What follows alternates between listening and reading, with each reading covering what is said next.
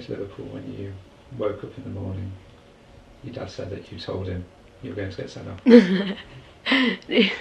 we always felt the games were on the Sunday and the team selection was like on the Saturday, and on the Saturday I was told I was going to be playing, so all Saturday and Sunday morning I was just like focused on it, trying to What do you think about Liverpool? Oh, don't get me started. Just it was great playing against them, because you could just like, you know, when you're watching a game on TV and you're just like, come on, but you could actually do it to Liverpool. And what were the tackles? What were they like? They were pretty bad, just late. It was just, yeah, when the ball had got away, they're just like, if the ball gets past, then the player's not gonna. And how old were you? Oh, about 10, 11. Yeah. Were you the only one of the team that got booked or sent off that day? And have you, was anyone else on the team sent off? No. Over those? No. In that time that you were there? No. What did the coach say to you? I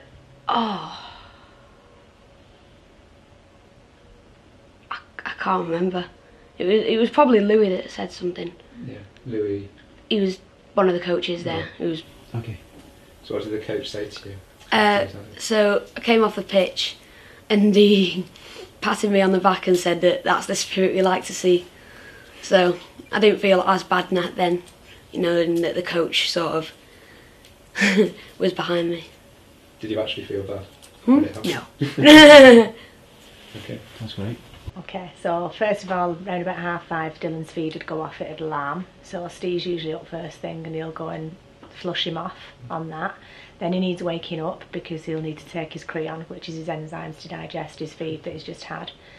And then he'll get woken up, and usually if he's quite poorly, he'll cough a lot and maybe be sick. He should have a nebulizer called hypertonic saline that makes all his mucus loose, but depending on how sick he is, whether he can handle that, and a physio as well, depending on how sick he is, whether he can handle that or not. And then he usually has an antibiotic nebulizer, which again takes about 15 minutes on that, and that's got his antibiotic in, but he's also got oral antibiotics, of which he takes 3 different kinds, and amongst that there's vitamins and supplements and things in a little pot, so there's probably about 9 of them already to take. And then he can go off to school, and that's what he does for the rest of the day. That's before? Oh, that's before school. Okay. So then when he comes in from school, it's the same again. He'll go on his nebulizer, a salt nebulizer to make everything loose. Then he'll have a physio, and then after physio he'll have his antibiotic nebulizer again. And then later on that night he has another nebulizer, which is to again kind of loosen it, but does it a different job, and it does it overnight to thin the mucus out a bit more, called Dornase. And then his feed will need hooking up, and he then has more creon to take with that. So you can take quite a lot of tablets in a day, probably. I mean, before he went on the bigger creon, he was probably on how many a day, Steve? About 50 tablets a day he could be on easily. And then that's it for the night time. He'll sleep. And what would the physio include? Yeah, just reposition them. Yeah. The physio is a breathing. He's on a breathing cycle now. Yeah, right. Yeah, go. Yeah, the physio is a breathing cycle. It used to be patting when he was younger, and most people know it as, oh, CF, it's patting, and it's not actually. It's on a breathing cycle now that he's old enough to do it himself. He still needs someone to sit with him and count him through it.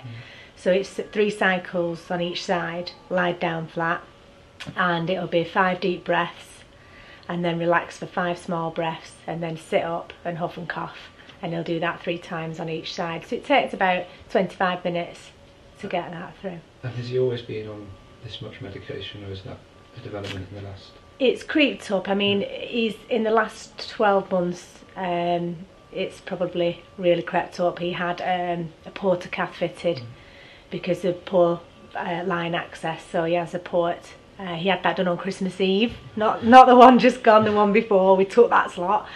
desperate to get, you know, the IVs into him. And then following that, because he was so poorly and so sick, and no matter what he tried to eat, he couldn't eat enough to keep his body going, because they need about 3,000 to 4,000 calories a day, and he couldn't possibly take that in. So he had a gastrostomy in the May. So these are added things that you've got on, because you've got port flushes to look after the port every month. You've got the water in the button that needs changing every week. You've got the button itself that needs changing every 3 months. You've got to make sure that it's flushed off every morning and the feed's set up at night. So it's in looking after him, that's increased.